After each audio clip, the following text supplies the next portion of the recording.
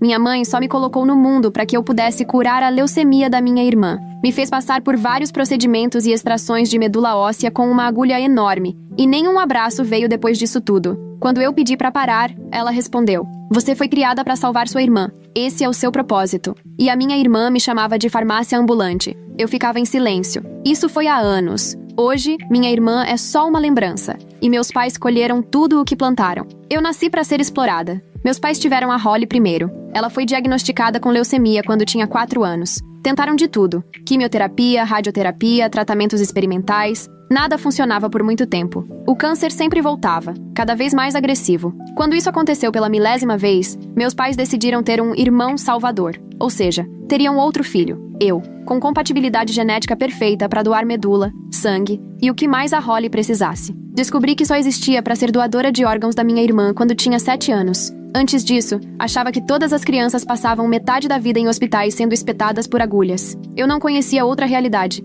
Minha primeira lembrança é de um leito de hospital. Devia ter uns 3 anos. Lembro que chorei porque meu braço doía do lugar onde tiraram sangue. A agulha parecia gigante para os meus olhos de criança, e a picada queimava como se fogo estivesse correndo pelas minhas veias. Minha mãe estava lá, mas não para me consolar. Ela só olhava o relógio e perguntava para a enfermeira quanto tempo aquilo ia demorar. Assim que terminaram, ela me arrastou para fora dali correndo para voltar para Holly, sem nem secar minhas lágrimas ou me dar um abraço de conforto. E era sempre assim. A Holly era a filha de verdade. Eu era só a farmácia com pernas. A diferença de tratamento entre nós era gritante. Mesmo sendo saudável, nunca tive festa de aniversário. A Holly tinha, sempre que estava se sentindo melhor. Eram festões, com todos os amiguinhos da escola e presentes embrulhados em papéis coloridos com laços brilhantes. Eu nunca podia participar, porque podia levar germes para ela depois de algum tratamento. Então eu só assistia tudo sentada na escada. Ficava ali por horas, abraçando os joelhos, vendo as outras crianças rirem e brincarem, enquanto meus pais bajulavam a Holly. Meus aniversários geralmente envolviam uma ida ao hospital para fazer algum procedimento. Se eu não chorasse muito,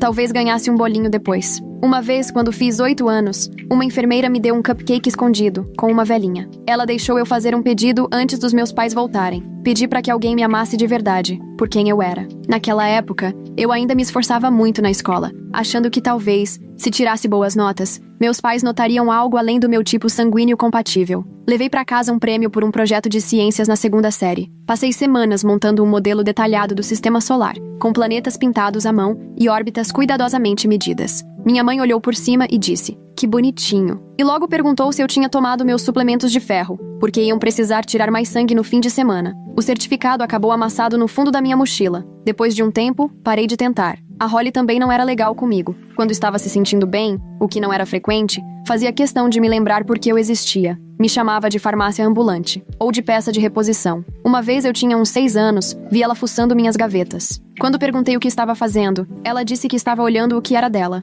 Falou que meus rins, minha medula e meu sangue pertenciam a ela. E eu acreditei por anos. Às vezes, à noite, eu ficava acordada, pensando qual parte de mim iam tirar da próxima vez. Também não podia chamar ninguém para brincar lá em casa, para tentar fugir da solidão. Tudo girava em torno da saúde da Holly. Nossa casa era constantemente esterilizada. Meus pais morriam de medo que eu pegasse alguma coisa e não pudesse doar. Eu basicamente vivia numa bolha. Não para me proteger, mas para proteger ela. Lembro de uma menina da escola, a Lily, que queria vir brincar comigo. Quando perguntei para minha mãe, ela ficou horrorizada e me deu uma bronca de 1 hora sobre como eu era egoísta por colocar a vida da Holly em risco por algo tão bobo quanto amizade. Quando eu tinha 9 anos, tudo piorou. Ouvi os médicos falando com meus pais sobre um transplante parcial de fígado. Eu não entendia direito o que significava, mas sabia que parecia assustador e definitivo. Só de pensar em médicos me abrindo para tirar um pedaço do meu órgão, eu ficava enjoada de medo. Tentei contar para minha professora que eu estava com medo de uma cirurgia. Ela só fez um carinho na minha cabeça e disse que às vezes a gente tem que fazer sacrifícios por quem ama.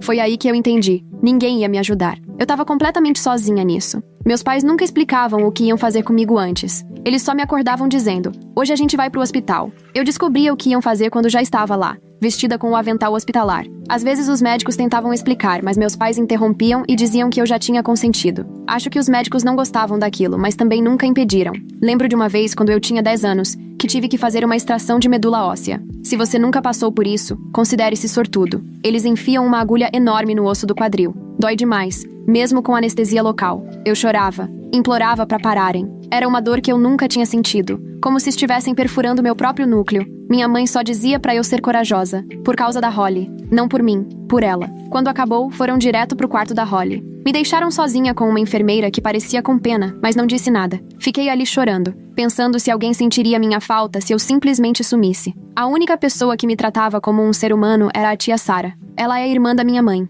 enfermeira também. Não morava por perto, então eu só via ela 1 ou 2 vezes por ano, em reuniões de família. Mas sempre trazia presente só pra mim, sem precisar dividir com a Holly. Perguntava sobre meus gostos, meus poucos amigos, os livros que eu lia, coisas normais de tia, que pra mim pareciam mágicas. Ela penteava meu cabelo com carinho e dizia que eu era linda, inteligente e importante. Quando eu tinha 11 anos, teve um grande jantar de ação de graças em casa. A Holly estava estável naquele mês, então toda a família apareceu. Lembro que a tia Sarah me observava com atenção durante o jantar. Eu não podia comer certos alimentos antes dos procedimentos, então ficava cutucando um pedaço de peru seco enquanto todo mundo comia as guarnições. Depois do jantar, ela me encontrou sozinha no corredor e perguntou se eu estava bem. Teve algo no jeito que ela perguntou, que me fez desabar e começar a chorar. Contei pra ela sobre as idas constantes ao hospital, sobre como eu morria de medo daquela tal cirurgia no fígado que viviam mencionando, e como ninguém nunca me perguntava se eu queria fazer essas coisas. Na época, eu não sabia, mas aquela conversa mudou tudo.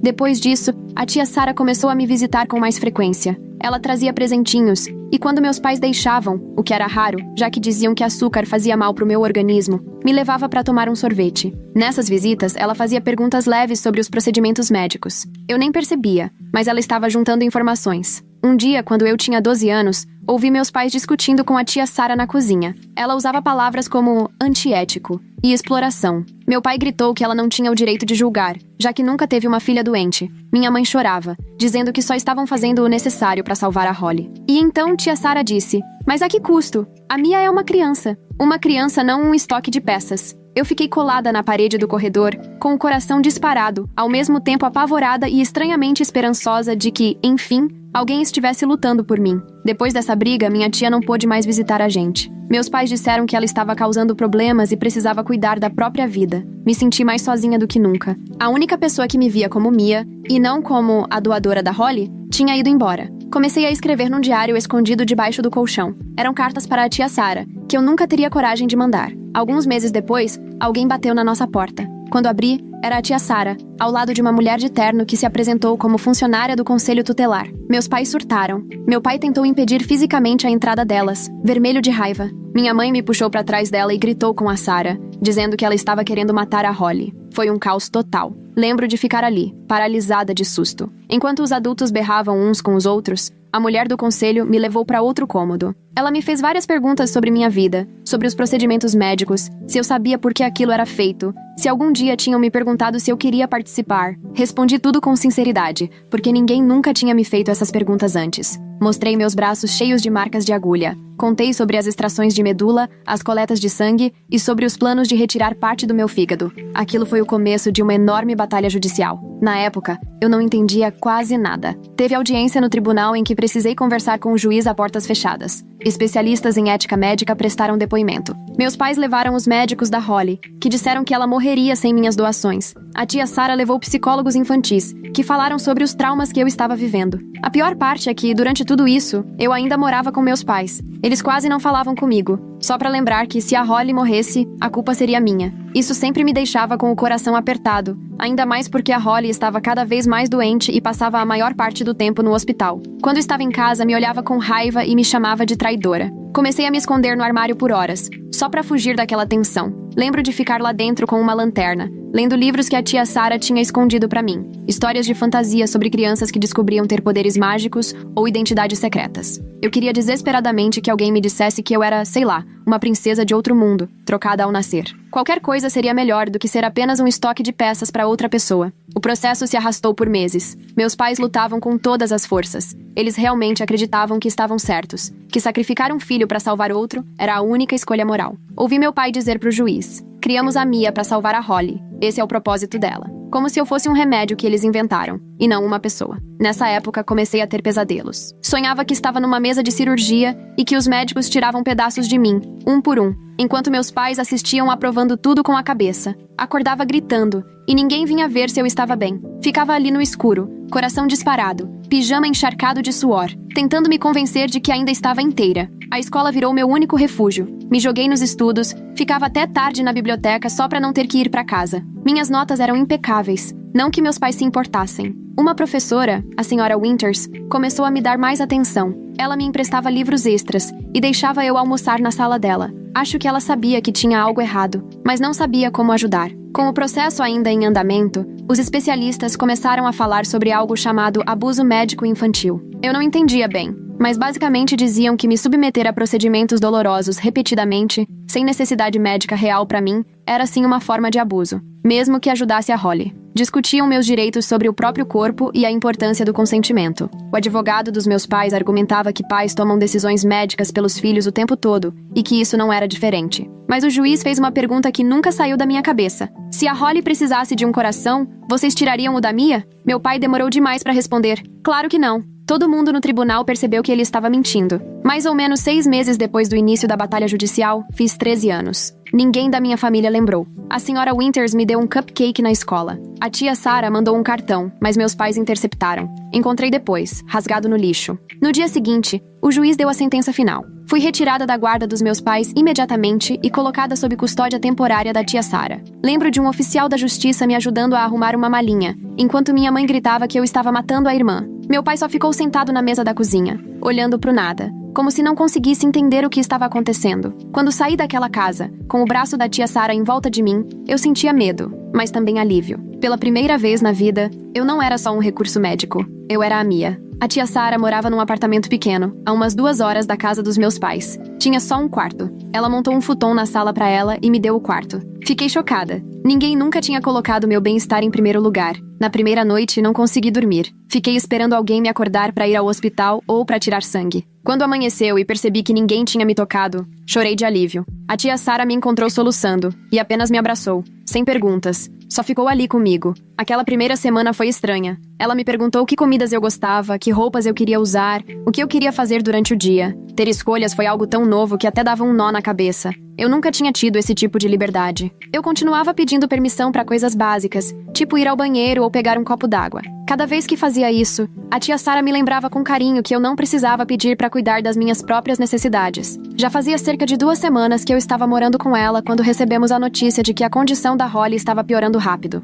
Sem minhas doações, o corpo dela estava rejeitando os tratamentos anteriores. Foi um sentimento estranho, uma mistura de culpa e alívio. Parte de mim se sentia péssima por saber que alguém estava sofrendo por minha causa, mas outra parte, uma parte que me dava vergonha de admitir, sentia que aquilo confirmava que o tribunal tinha feito o certo ao me tirar daquela casa. A tia Sarah nunca me pressionou, só me contou o que estava acontecendo de forma calma e direta, e depois perguntou se eu tinha alguma dúvida. Quando perguntei se eu estava matando minha irmã por não doar mais nada, ela me sentou à mesa da cozinha, olhou nos meus olhos e disse: Mia, você não é responsável por manter outra pessoa viva às custas da sua própria saúde e bem-estar. Nem mesmo sua irmã. Foi a primeira vez que alguém me disse algo assim. E eu desabei. Chorei ali mesmo na mesa. Tia Sarah apenas segurou minha mão e deixou que eu chorasse até não aguentar mais. Meus pais tentaram de tudo para me ter de volta. Entraram com recurso atrás de recurso. Foram a canais de TV locais falar que eu era a única esperança da filha deles. Até gravaram um vídeo com a Holly no leito do hospital, implorando para que eu deixasse de ser egoísta e fizesse a coisa certa. Ela estava tão pálida e magra, com olheiras profundas. Por um triz eu não cedi, mas a tia Sarah me lembrou que foram meus pais, os adultos da história, que colocaram nós duas nessa situação impossível. O tribunal designou uma terapeuta para mim, a doutora Kaplan. O consultório dela tinha um sofá bem confortável, onde eu me sentava abraçada a um travesseiro enquanto a gente conversava. No começo, eu quase não falava nada. Tinha medo de que qualquer coisa que eu dissesse acabasse chegando aos ouvidos dos meus pais, ou fosse usada contra mim no tribunal. Mia, tudo que você me contar fica só entre nós. Ela me garantiu na segunda sessão. Esse aqui é o seu espaço seguro. Pode falar sobre qualquer coisa que estiver sentindo. Aos poucos, comecei a me abrir. Contei sobre os pesadelos, sobre como às vezes eu conferia meu corpo ao acordar para ter certeza de que nada tinha sido tirado enquanto eu dormia. Falei da crueldade da Holly, da indiferença dos meus pais, de como eu me escondia em armários e banheiros só para ter um pouco de paz. A cada sessão, era como se um peso enorme fosse sendo tirado de cima de mim. Mais ou menos um mês depois de eu ir morar com a tia Sarah, tivemos que voltar ao tribunal. Meus pais tinham feito uma petição de emergência dizendo que, sem acesso imediato à minha medula óssea, a Holly morreria em poucas semanas. Queriam que o juiz me obrigasse a fazer uma doação apenas uma vez. Lembro de estar sentada ali, morrendo de medo. Eu ainda tinha cicatrizes da última vez que fizeram aquilo comigo. O juiz pediu para conversar comigo em particular, em seu gabinete. E diferente da maioria dos adultos, ele não falou comigo como se eu fosse burra. Mia, você entende o que seus pais estão pedindo? Ele perguntou. Eu balancei a cabeça afirmando e disse que sim. Expliquei o procedimento da doação de medula com todos os detalhes, do ponto de vista de quem doa. Falei da dor, do tempo de recuperação, dos riscos. As sobrancelhas dele se levantaram, claramente surpreso por uma menina de 13 anos conseguir descrever um procedimento médico com tanta clareza. Como você se sente em relação a passar por isso de novo? Ele quis saber. Respirei fundo. Eu tô com medo, confessei. Dói muito. E acho que não seria só mais uma vez. Nunca é só uma. O juiz assentiu. E então fez uma pergunta que ninguém nunca tinha me feito antes. O que você quer pro seu futuro, Mia? Aquilo me pegou totalmente desprevenida. Nunca me deixaram pensar no meu futuro sem que ele estivesse atrelado a Holly. Depois de alguns segundos, falei que queria ir à escola todos os dias, talvez entrar em algum clube, fazer amigos, coisas normais de criança, que até então tinham sido impossíveis para mim. O juiz negou o pedido dos meus pais. Disse que me forçar a passar por um procedimento invasivo e doloroso contra a minha vontade seria o mesmo que agressão. Também nomeou a tia Sarah como minha guardiã legal permanente e emitiu uma ordem de restrição contra meus pais. Eles não podiam chegar a menos de 150 metros de mim, nem entrar em contato direto. Quando saímos do tribunal, tinha uma porção de repórteres na porta. Meus pais estavam dando entrevista chorando, dizendo que o sistema de justiça tinha assinado a sentença de morte da filha deles. Tia Sarah me protegeu das câmeras e me levou direto pro carro. Me abaixei no banco de trás enquanto a gente ia embora, sentindo ao mesmo tempo uma força que eu nunca tinha sentido, e uma dor imensa. 2 semanas depois, a Holly morreu. Descobri quando cheguei da escola e encontrei a tia Sarah com uma expressão séria me esperando. Ela me sentou no sofá e me contou com cuidado. Mesmo já esperando por isso, a notícia foi como um soco no estômago. Corri pro banheiro e vomitei. Depois me tranquei no quarto da tia Sarah e chorei por horas. Mas não era porque eu sentia falta da Holly. Como eu podia sentir falta de alguém que nunca me tratou com carinho? Eu chorava porque uma garota de 17 anos tinha morrido. Chorava porque, no fundo, eu ainda me sentia culpada. Chorava porque meus pais me colocaram numa situação em que eu tive que escolher entre me salvar ou salvar a minha irmã. Nenhuma criança deveria passar por isso. Tia Sarah me deu espaço naquele dia, só aparecendo de vez em quando para ver se eu estava bem. Quando finalmente saí do quarto, com os olhos inchados e o corpo exausto, ela tinha preparado meu prato favorito: macarrão com queijo e salsicha picada no meio. Uma coisa tão simples, mas que significou o mundo para mim. Ela se lembrou do meu comida conforto. Eu preciso ir ao funeral? Perguntei naquela noite. Não, minha querida. Você não precisa fazer nada que não queira. Ela respondeu. Esse é o ponto de tudo. Decidi não ir. Eu não conseguia encarar meus pais, nem ver a Holly num caixão. Muito menos aguentar os olhares de julgamento dos parentes que acreditavam que eu tinha escolhido deixar minha irmã morrer. Em vez disso, a tia Sarah e eu fizemos nossa própria homenagem. Fomos a um parque e soltamos um balão com uma mensagem que eu escrevi. Sinto muito por as coisas não poderem ter sido diferentes. O que veio depois da morte da Holly foi horrível. Meus pais deram entrevistas me culpando o tribunal, culpando a tia Sarah. Parentes distantes que eu mal conhecia mandaram mensagens cheias de ódio. Alguém até criou uma página nas redes sociais chamada Justiça pela Holly, com minha foto da escola, me chamando de assassina. Tia Sarah denunciou e conseguiu tirar a página do ar, mas não antes de alguns colegas de escola terem visto. Ir pra escola virou um pesadelo. Sussurros me seguiam pelos corredores. É ela, a menina que deixou a irmã morrer. Picharam meu armário com tinta vermelha. Comecei a ter crises de pânico no meio das aulas. Meu coração disparava tanto que eu achava que ia desmaiar. A orientadora da escola tentou ajudar, mas não estava preparada para lidar com algo tão sério. Depois de um episódio especialmente ruim, quando alguns alunos me encurralaram no banheiro, tia Sarah decidiu que a gente precisava se mudar. Ela pediu transferência no hospital onde trabalhava como enfermeira. Em menos de um mês, a gente se mudou para uma cidadezinha no Colorado, a mais de 1.000 quilômetros da minha antiga vida. A tia Sarah cuidou de mudar meu sobrenome legalmente para o dela. Virei Mia Crawford, em vez de Mia Thompson. Era o começo de uma nova história. Nosso novo lar era uma casinha simples, com 2 quartos e um quintal. Pela primeira vez, eu tinha um quarto só meu, de verdade. Não era um depósito de equipamentos médicos com uma cama empurrada num canto. A tia Sarah deixou eu escolher a cor da parede, azul claro, e a colcha da cama tinha estrelinhas. Passei horas só sentada ali, sem acreditar que aquele lugar era meu. Que ninguém ia entrar ali com uma agulha gigante ou pra tirar minha medula. Começar numa escola nova dava medo, mas também foi libertador. Ninguém conhecia meu passado. Eu era só a Mia Crawford, a garota nova que veio de fora. Eu podia me reinventar. Podia finalmente ser uma menina normal. O problema era que eu não fazia ideia de como ser normal. Me encolhia quando alguém me tocava de surpresa. Escondia comida na mochila, um hábito que veio dos anos em que eu vivia de dieta restrita antes dos procedimentos médicos. Não sabia fazer amizades nem conversar sobre coisas leves. Os outros alunos achavam que eu era esquisita. A tia Sara me levou a uma nova terapeuta, a doutora Torres, especializada em trauma e abuso médico infantil. As sessões com ela eram diferentes das da doutora Kaplan. Além de conversar, fazíamos atividades que me ajudavam a entender o que eu tinha vivido. Uma vez, fizemos uma linha do tempo da minha vida, marcando os procedimentos médicos com tinta vermelha e os momentos positivos com azul. A folha ficou praticamente toda vermelha, até o ponto em que a tia Sara conseguiu minha guarda. "O que você percebe olhando para essa linha do tempo?" perguntou a doutora Torres. "Que minha vida era horrível. E agora não é mais", respondi. Ela sorriu.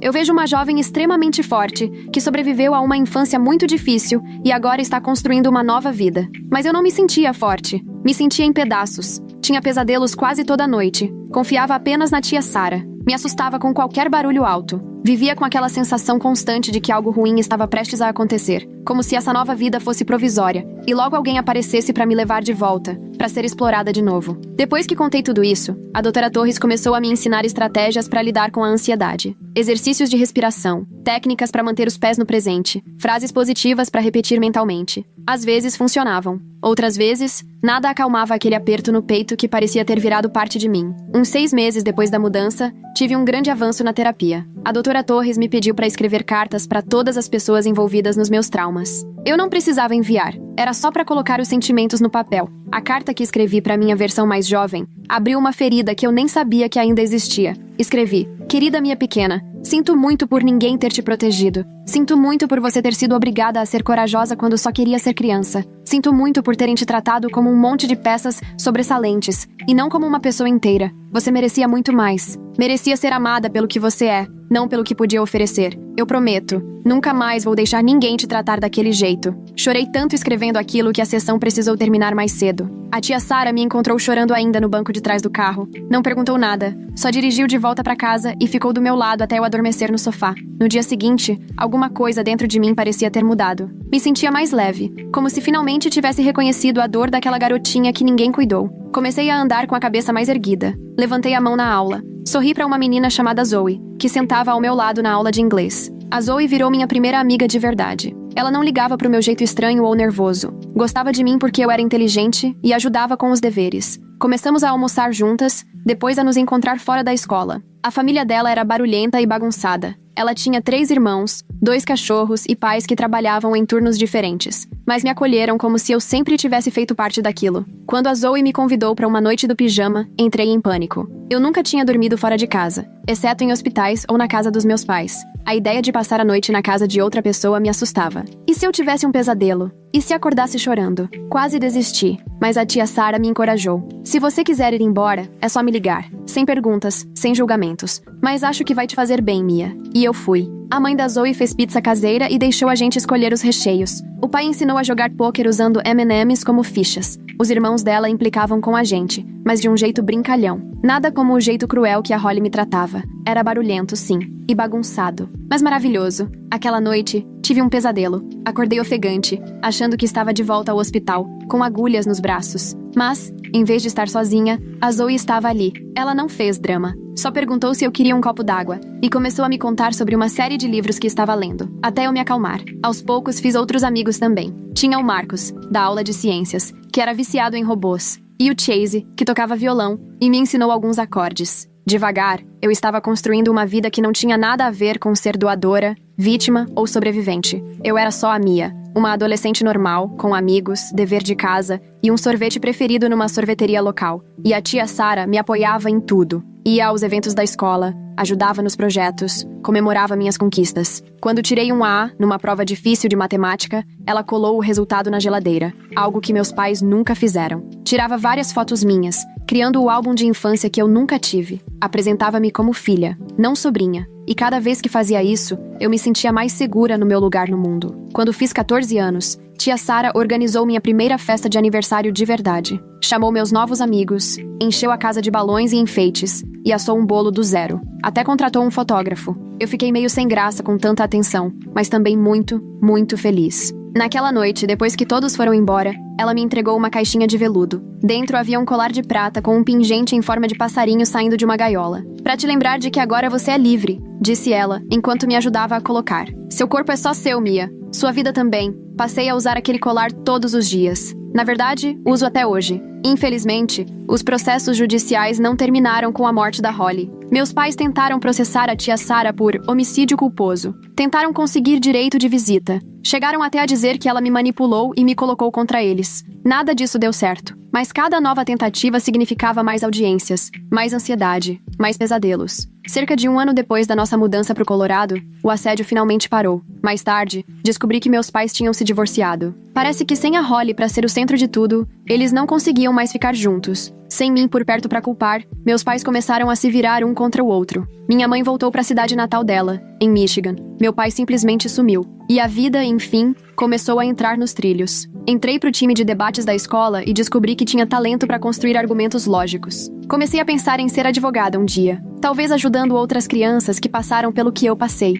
Até fui ao meu primeiro encontro, com um garoto chamado Nick, da aula de história. Foi meio estranho, e a gente não tinha muito em comum, mas parecia uma coisa bem adolescente de se fazer. Mas o trauma não sumiu de uma hora para outra. Eu ainda tinha gatilhos. Fazer exames de sangue em consultas de rotina me causava crises de pânico. O cheiro de desinfetante de hospital me dava náuseas. Certos seriados médicos na TV eram completamente insuportáveis para mim. E eu vivia com aquele medo constante de que meus pais me encontrassem e me obrigassem a doar de novo. Quando eu tinha 15 anos, esse medo quase virou realidade. Estava na escola quando fui chamada na secretaria. Havia uma mulher me esperando. Se apresentou como advogada representando meu pai. Disse que ele queria se reconciliar e perguntou se eu toparia encontrá-lo. Na hora comecei a hiperventilar bem ali na frente de todo mundo. A secretaria precisou ligar para a tia Sarah me buscar. Depois descobrimos que meu pai tinha contratado um detetive particular para nos localizar. A tia Sarah entrou imediatamente com um novo pedido de medida protetiva. E conseguiu. Também ficamos sabendo que meu pai havia desenvolvido leucemia,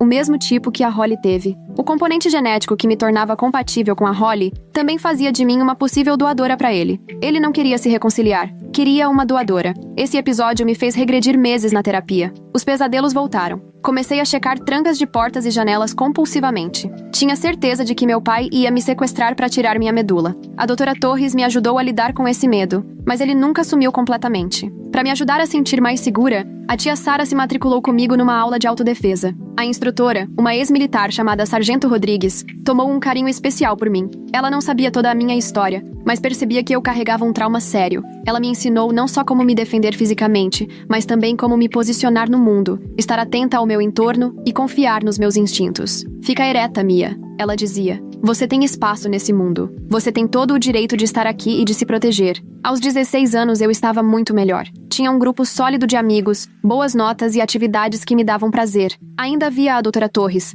mas agora só uma vez por mês. Ainda tinha dias ruins. Datas específicas me abalavam, como o aniversário da Holly ou o dia da morte dela. Mas esses momentos começaram a ficar mais espaçados. A tia Sarah e eu criamos nossas próprias tradições. Panquecas no domingo de manhã, noite do cinema às sextas, viagens de verão para parques nacionais. Tirávamos fotos engraçadas naqueles estúdios de beira de estrada, vestidas de cowboys ou piratas. Criamos um álbum de família de verdade, cheio de sorrisos, piadas internas e memórias que não tinham nada a ver com hospitais. Aos 17 anos, tirei minha carteira de motorista. A tia Sarah me surpreendeu com um Honda Civic usado. A liberdade de poder ir aonde eu quisesse era incrível. Às vezes, eu só dirigia pela cidade com as janelas abertas e música alta, curtindo a sensação de estar no controle do meu próprio caminho. Nesse mesmo ano, comecei a pesquisar faculdades. A tia Sarah me levou para conhecer várias durante as férias da primavera. Caminhar por aqueles campi, imaginando um futuro onde eu era só mais uma aluna com preocupações normais, era surreal, mas maravilhoso. Me inscrevi em 7 universidades e fui aceita em 5, incluindo minha favorita, uma faculdade de artes liberais em Vermont, com um excelente curso preparatório para direito. Quando recebi a carta de aprovação, tia Sarah e eu dançamos pela cozinha feito malucas. Ela vinha economizando para minha educação desde o dia em que conseguiu minha guarda. guardando o que podia do salário de enfermeira. Eu sempre soube que você conseguiria, ela disse, com os olhos cheios d'água. Tenho tanto orgulho de você, Mia. A formatura da escola foi um marco. A tia Sarah chamou todo mundo. A família da Zoe, meus outros amigos, a doutora Torres, até a sargento Rodrigues. Encomendou um bolo enorme e encheu nossa casinha com as cores da minha escola. Usei minha beca e meu cabelo em mais fotos do que consigo contar, sorrindo até minha bochecha doer. Durante a cerimônia, quando chamaram meu nome, Maya Crawford, senti um orgulho que quase não cabia no peito. Eu consegui. Apesar de tudo, eu consegui. Ao atravessar o palco para pegar meu diploma, toquei o pingente de passarinho ao redor do meu pescoço. Livre. Eu estava livre. Aquele verão antes da faculdade foi um dos melhores da minha vida. Trabalhei numa livraria local, passei tempo com os amigos e me preparei para o próximo capítulo. A tia Sarah e eu fizemos uma viagem de 2 semanas para o Grand Canyon, acampando sob as estrelas e tirando centenas de fotos. Ao olhar para aquela imensidão, me senti pequena, mas de um jeito bom. Parte de algo maior que meu trauma, maior que o passado. Mudar para Vermont dava um frio na barriga, mas também era empolgante. Tia Sarah me ajudou a montar meu quarto no dormitório, colocando fotos e objetos familiares para que tudo tivesse cara de lar. Dizer tchau foi mais difícil do que eu imaginava. Ela tinha sido minha base, minha protetora, minha mãe de verdade, em tudo o que realmente importa. Tô a uma ligação de distância, ela me lembrou, me abraçando apertado. E daqui a poucas semanas tô de volta pro fim de semana dos pais. Eu te amo, falei. Palavras que nunca disse aos meus pais biológicos, porque nunca senti vontade de dizer. Eu também te amo, minha pequena. Mais do que você pode imaginar. A faculdade foi um novo começo. Ninguém ali sabia da minha história, a menos que eu quisesse contar. Eu era só a Mia, caloura do curso preparatório de Direito. Decorei meu lado do quarto com luzinhas, fotos com a tia Sarah e meus amigos do Colorado. Minha colega de quarto, Kimberly, era de Chicago. Estudava música, tinha uma risada contagiante e uma coleção incrível de discos médicos vintage em vinil. Mergulhei nos estudos, entrei em grupos de apoio, levantava a mão nas aulas. Entrei pro time de debate e também num grupo de defesa dos direitos das crianças. Fiz novos amigos, fui a festas, embora nunca bebesse, porque a ideia de perder o controle do meu corpo ainda me assustava, e comecei a construir uma vida universitária. Mas os desafios continuavam. O check-up obrigatório dos calouros me causou uma crise de pânico tão forte que a enfermaria precisou ligar para a tia Sarah. Depois disso, consegui uma autorização especial que me permitia ter a presença da tia Sarah ou de outra pessoa de confiança em qualquer procedimento médico, mesmo os mais simples. Também tive dificuldades com intimidade. Saía de vez em quando com alguém, mas a ideia de outra pessoa tocar meu corpo, mesmo num contexto romântico e consentido, ainda era algo complicado para mim. Meu corpo tinha sido usado pelos outros por tanto tempo, que reaprender a enxergá-lo como uma fonte de prazer, e não de dor, foi um processo complicado. Comecei a fazer terapia no centro de aconselhamento da faculdade para trabalhar essas questões. No meu 2º ano, me inscrevi numa disciplina de bioética que mudou tudo. Estudamos consentimento médico, autonomia do paciente e a ética por trás da doação de órgãos. Um dia, a professora apresentou um estudo de caso sobre uma criança que foi concebida com o único propósito de doar para um irmão doente. Meu coração disparou. Fiquei a um passo de sair correndo da sala, mas respirei fundo e permaneci, ouvindo meus colegas debaterem sobre a ética daquela situação, a minha situação, sem saberem que eu era a prova viva daquele cenário. Depois da aula,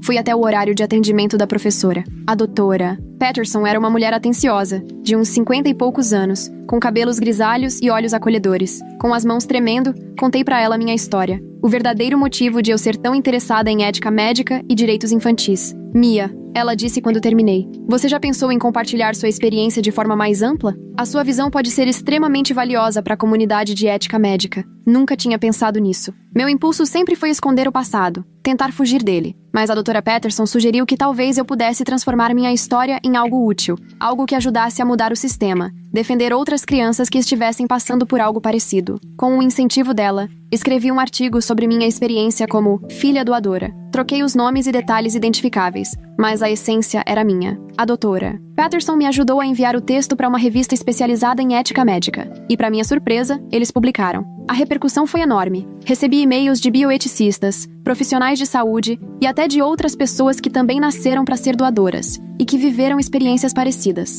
Uma faculdade de medicina me convidou para falar com os alunos da disciplina de ética. Uma ONG voltada para direitos infantis entrou em contato para que eu colaborasse com sugestões de políticas públicas. Pela primeira vez, comecei a perceber que meu passado doloroso poderia ter um propósito, que eu poderia usar o que vivi para proteger outras crianças, mudar a forma como a medicina lidava com esses casos e lutar por leis que exigissem consentimento informado. até mesmo de doadores infantis. Tinha 20 anos quando dei minha primeira palestra pública sobre minha história. Foi numa conferência de bioética em Boston. A tia Sarah viajou até lá para me apoiar, sentando na primeira fileira enquanto eu contava minha vivência para uma sala cheia de médicos, estudantes e especialistas. Minha voz tremia no começo, mas foi ganhando firmeza com o tempo. Falei sobre a dor física dos procedimentos, o trauma emocional de ser tratada apenas como compatível biologicamente e os efeitos psicológicos duradouros do abuso médico infantil. Quando terminei, houve um momento de silêncio antes de o auditório explodir em aplausos. Na sessão de perguntas, um médico se levantou e pediu desculpas publicamente por todas as vezes em que pode ter ignorado a perspectiva da criança doadora.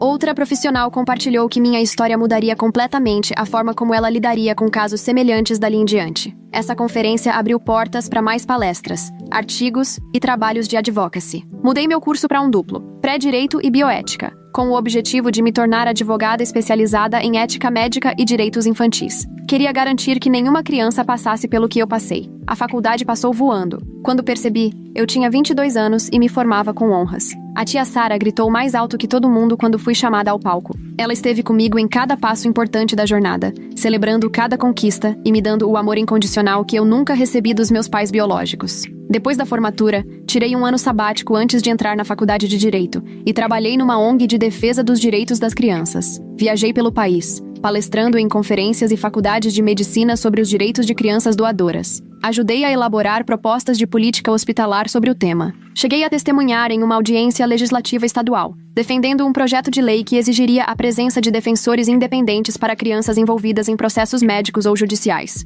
Eu estava fazendo a diferença. A dor e o trauma que carreguei por tantos anos estavam sendo transformados em algo positivo. Isso não apagava o que aconteceu, mas dava sentido a tudo. A faculdade de Direito foi intensa, mas gratificante. Me especializei em ética médica e direito da família, e escrevi minha tese sobre os direitos legais de crianças concebidas com fins médicos. Fiz estágio com um juiz da vara da família, vendo de perto como o sistema jurídico muitas vezes falha na proteção das crianças. E eu estava determinada a mudar isso. Durante tudo isso, a tia Sarah permaneceu sendo meu maior apoio. Se mudou para perto de mim enquanto eu cursava direito e conseguiu um emprego como enfermeira num hospital da região. Jantávamos juntas todos os domingos, mantendo nossa tradição mesmo com a correria da vida adulta. Ela começou a namorar um professor de história muito gentil chamado Lawrence, e ver ela feliz com alguém que a valorizava de verdade me enchia de alegria. Eu também saía de vez em quando, mas nunca me envolvi com ninguém de forma séria. Minhas experiências passadas me deixaram com dificuldades para confiar. Eu era transparente sobre meu passado com possíveis parceiros, mas muitos achavam tudo pesado demais, complicado demais. Decidi focar nos estudos e no meu trabalho com advocacy. Dizia para mim mesma que o amor podia esperar. Depois de formada,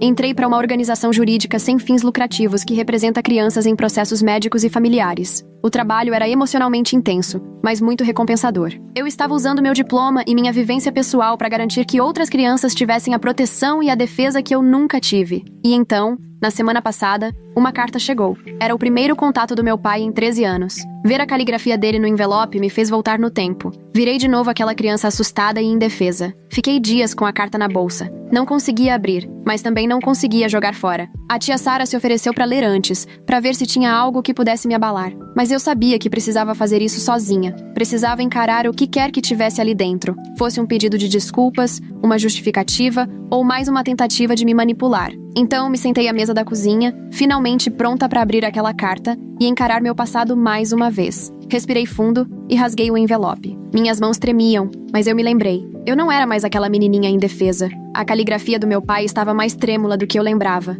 As letras tortas escorregando pela página. Comecei a ler. Mia, espero que esta carta te encontre bem. Faz muito tempo. Tenho tentado te encontrar há anos. Sei que provavelmente você me odeia. E com razão. O que fizemos com você foi errado. Hoje eu enxergo isso. A Holly se foi há 13 anos. E nesse tempo eu pensei muito sobre tudo. Estou doente, Mia. Leucemia. A mesma da Holly. Os médicos dizem que sem um transplante de medula, eu tenho talvez 6 meses de vida. Eu sei que não tenho o direito de te pedir nada, mas você é minha única esperança. Temos a mesma genética que fez você ser compatível com a Holly. Os médicos dizem que você seria a minha melhor chance. Não estou pedindo que faça isso por mim. Estou pedindo por uma chance de consertar as coisas, de pedir desculpas de verdade por tudo o que fizemos com você. Você não era só uma doadora, Mia. Você também era minha filha. Eu só perdi isso de vista. Estou deixando meus dados de contato. Por favor, só pense no assunto. Papai, no fim da carta, Havia um número de telefone e um endereço em Phoenix. Fiquei encarando aquilo por um bom tempo, lendo e relendo. Meu coração parecia dar voltas. Meus sentimentos estavam uma bagunça.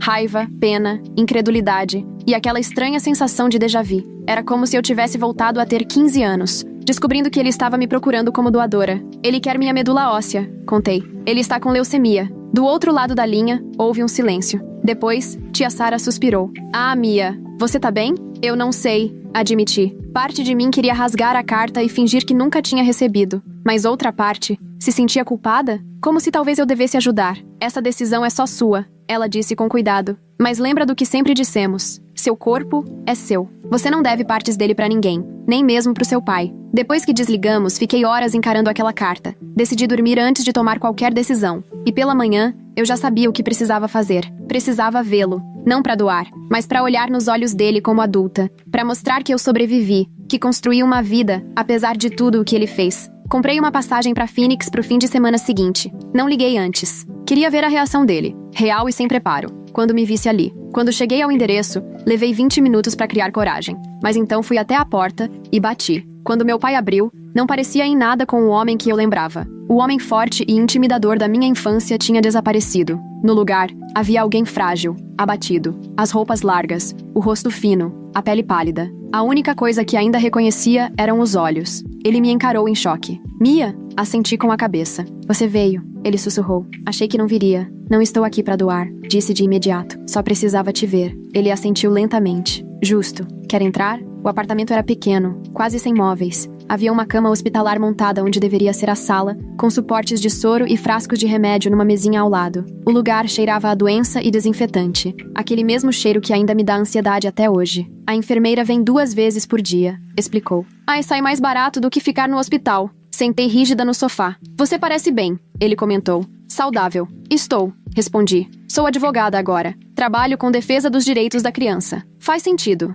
E a mãe? Perguntei, me dando conta de que não pensava nela fazia anos. Pelo que sei, voltou para Michigan. A gente se divorciou logo depois. Ele não terminou a frase. Depois que a Holly morreu. Depois que perderam o acesso a mim. Depois que o motivo para ficarem juntos desapareceu. Vocês se falam? Ele balançou a cabeça. Não faz muito tempo. Ela me culpou por te perder. Eu culpei ela pela Holly. Depois disso, não sobrou nada. Como me encontrou? Não foi fácil, confessou. Você mudou de nome, se mudou. Mas vi um artigo sobre você numa revista de ética médica há alguns anos. Você usou outro sobrenome, mas eu sabia que era você. Os detalhes batiam. E tinha uma foto. Lembrei desse artigo. Nunca imaginei que meus pais fossem vê-lo. Acompanhei sua carreira desde então, continuou. As palestras, o trabalho com advocacy, você tá fazendo a diferença. Eu não sabia como me sentir sabendo que ele vinha me acompanhando esse tempo todo. Era perturbador, mas também estranhamente validante. Pelo menos ele sabia o que suas ações causaram. Não só trauma, mas também a motivação que me levou a impedir que isso acontecesse com outras crianças. Por que procurou agora, depois de tanto tempo?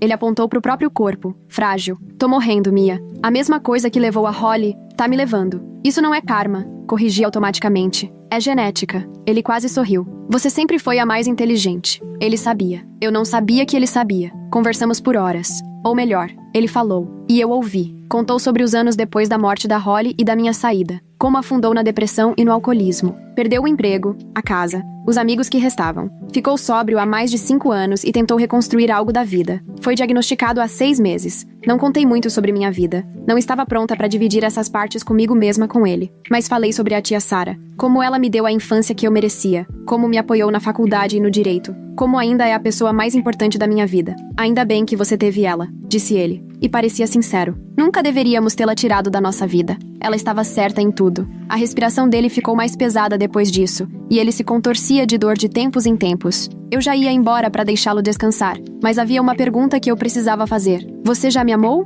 Perguntei. Não pelo que eu podia fazer pela Holly, mas a mim, por quem eu era. Ele olhou para as próprias mãos, finas, marcadas de hematomas das agulhas. Não sei se eu sabia como, admitiu. E a Holly estava doente desde os 4 anos. Tudo girava em torno de mantê-la viva. Quando você chegou, acho que eu já não lembrava mais como era amar alguém só por quem ela era. Não era a resposta que eu queria, mas talvez fosse a mais honesta que ele poderia me dar. Mas eu te amei, acrescentou. De um jeito quebrado. Eu só amava mais a vida da Holly do que o seu bem-estar. E isso foi errado. Eu vejo isso agora. Me levantei para ir embora. Estou hospedada no Marriott, no centro. Fico até segunda. Ele assentiu. E reparei que ele não perguntou uma única vez se eu ia doar a medula. Talvez isso seja um sinal de evolução. Ou talvez ele só esteja cansado demais para manipular alguém. Naquela noite, no quarto do hotel, pesquisei tudo sobre doação de medula óssea. Na manhã seguinte, liguei para a doutora Torres, minha antiga terapeuta. Ela está aposentada agora, mas ainda atende minhas ligações quando eu preciso de orientação. Expliquei a situação, os sentimentos confusos, o medo de que, ao ajudar meu pai, eu pudesse desfazer tudo o que já tinha curado. Mia, ela disse, a diferença é a escolha. Quando criança, você não tinha escolha. Agora você tem. Seja qual for sua decisão, ela será sua. E isso é o que importa. Voltei ao apartamento do meu pai naquela tarde. Ele parecia ainda pior que no dia anterior. Fiquei imaginando se minha visita tinha tirado mais forças dele do que ele deixou transparecer. Estive pensando sobre seu pedido, disse. Eu entendo se a resposta for não, ele respondeu. Mas antes, eu preciso saber de uma coisa, falei. Se eu não fizer isso, você vai tentar me fazer sentir culpada? Vai dizer para as pessoas que eu deixei você morrer? Como fez com a Holly? Ele se encolheu com a pergunta. Não, eu não vou. Já causei dano demais na sua vida. E surpreendentemente, eu acreditei. Talvez porque ele não tivesse mais nada para usar contra mim. Talvez porque, diante da morte, ele finalmente tivesse ganhado alguma perspectiva. Eu vou fazer, disse. Não porque te perdoei. Não sei se um dia vou conseguir. Mas porque eu preciso saber que não sou como você. Que eu não deixaria alguém morrer se pudesse ajudar. Mesmo que essa pessoa tenha me machucado. O alívio no rosto dele foi imediato. Quase esmagador. Ele começou a chorar. Mas eu não o consolei. Ele nunca fez isso por mim. Obrigado. Ele sussurrou. Mas tenho condições. Continuei, deixando meu lado advogada assumir. Primeiro, só vou doar por um programa hospitalar oficial, com todas as proteções e garantias legais para os doadores. Segundo, isso é uma vez só. Se não funcionar, ou se a doença voltar, acabou. Terceiro, eu não quero um relacionamento depois disso. Essa doação não nos torna uma família de novo. Ele assentiu diante de cada condição, sem discutir. E quarto, acrescentei, quero que você escreva uma declaração sobre tudo que fez comigo quando eu era criança. Quero usar isso no meu trabalho de advocacy. Sem nomes, mas com a verdade completa. Ele hesitou. Você quer que eu admita publicamente o quão mal eu falhei como pai? Quero, respondi firme. Esse é o preço. Depois de um longo silêncio, ele concordou. Tá bem, eu vou fazer isso. As semanas seguintes foram uma correria de exames e consultas médicas. Fui testada para confirmar se ainda éramos compatíveis. E éramos. Passei por toda a preparação pré-doação. A ironia não passou despercebida. Eu estava de volta aos hospitais, sendo examinada, furada, doando partes de mim para manter meu pai vivo. Mas dessa vez, cada formulário tinha minha assinatura. Cada médico explicava o procedimento, perguntava se eu tinha dúvidas, confirmava que eu estava fazendo aquilo por vontade própria. A doação foi marcada para um mês depois da minha visita a Phoenix. Meu pai foi internado uma semana antes para preparar o corpo para o transplante. Eu voltei para lá, levando a tia Sarah comigo para me apoiar. Tem certeza disso? Ela perguntou na noite anterior. Tenho, respondi. Preciso fazer isso do meu jeito. Recuperar essa experiência. Na manhã da doação, acordei tranquila. Diferente de quando era criança. Assustada, confusa. Agora eu sabia exatamente o que ia acontecer. E mais, eu escolhi. E isso muda tudo. O procedimento foi tão desconfortável quanto eu lembrava. A agulha grande no osso do quadril causava uma dor profunda, que o anestésico local não bloqueava totalmente. Mas respirei fundo durante tudo, me lembrando a cada respiração. Eu escolhi isso. Meu corpo é meu, e eu escolhi compartilhar uma parte dele. Depois, eu estava dolorida, mas bem. Os médicos queriam que eu ficasse em observação até o dia seguinte, padrão para doadores de medula. Tia Sarah ficou comigo, lendo meu livro favorito em voz alta, como fazia quando eu era adolescente e estava doente. No dia seguinte, antes de receber alta, fui visitar meu pai. Ele estava isolado, com o sistema imunológico enfraquecido. Tive que usar máscara, avental e luvas para entrar no quarto. Ele parecia péssimo. A quimioterapia pré-transplante tinha acabado com o pouco de força que ainda restava. Mas havia esperança nos olhos dele. Os médicos disseram que sua medula é perfeita, contou. Estão otimistas. Que bom. Eu escrevi a declaração que você pediu, disse, apontando fraco para uma pasta na mesinha ao lado. Tudo. A verdade. Foi difícil colocar no papel, ver aquilo preto no branco. Peguei a pasta, mas não abri. Obrigado, Mia, ele disse enquanto eu me virava para sair. Eu sei que você disse que não quer um relacionamento, e eu respeito isso. Mas quero que saiba que tenho orgulho da pessoa que você se tornou. Ah, não por minha causa. Claramente eu fiz tudo errado. Mas por quem você é, apesar de mim. Eu não soube o que responder, então apenas assenti e saí. Li a declaração no voo de volta. Era brutalmente honesta, e fiquei aliviada ao ver que ele não tentou dar desculpas ou se retratar como alguém melhor. Era exatamente o que eu pedi. Algum tempo depois, recebi uma ligação do hospital em Phoenix. O corpo do meu pai aceitou o transplante. A leucemia estava em remissão. Ele ainda precisaria de tratamento e acompanhamento, mas o prognóstico era bom. E eu não senti nada, nem felicidade, nem mágoa. Só um vazio estranho, onde antes viviam emoções muito complicadas. Não liguei para ele com a notícia. O hospital provavelmente já tinha contado. Nossa transação estava encerrada. 6 meses depois da doação, chegou um pacote no meu escritório. Dentro,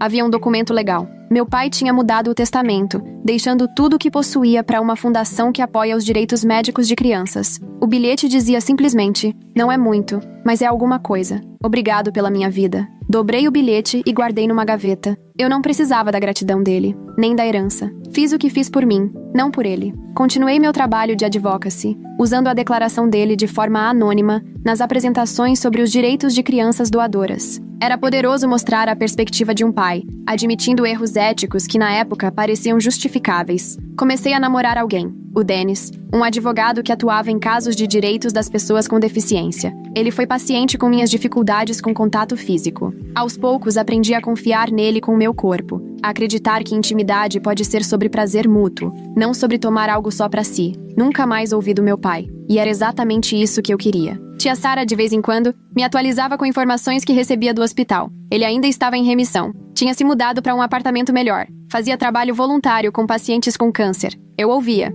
mas não respondia. Esse capítulo da minha vida estava encerrado. No 13º aniversário do dia em que tia Sarah conseguiu minha guarda, fizemos uma pequena comemoração. Só nós duas, o Lawrence e o Dennis. Chamamos de meu dia da liberdade. Durante o jantar, tia Sarah me deu uma caixinha. Dentro havia um pingente delicado de prata, para adicionar ao colar que ela me deu anos atrás. O passarinho escapando da gaiola. Esse novo pingente era um coração simples. "Porque você tem o maior coração de todos que conheço", ela explicou. "Mesmo depois de tudo, você encontrou um jeito de ajudar quem mais te machucou. Não por obrigação, mas por escolha. Isso é força de verdade." Coloquei o novo pingente no colar ali mesmo, na mesa. O passarinho e o coração agora pendem lado a lado, representando minha liberdade e minha humanidade. As duas coisas que meus pais nunca reconheceram, mas também nunca conseguiram tirar de mim. Mais tarde, naquela noite, finalmente rasguei a carta do meu pai. Não precisava mais guardá-la. Era só papel, só palavras. E não tinham mais poder sobre mim. Eu não sou definida pelo que me foi tirado, nem pelo que escolhi dar. Sou definida pelas escolhas que fiz livremente,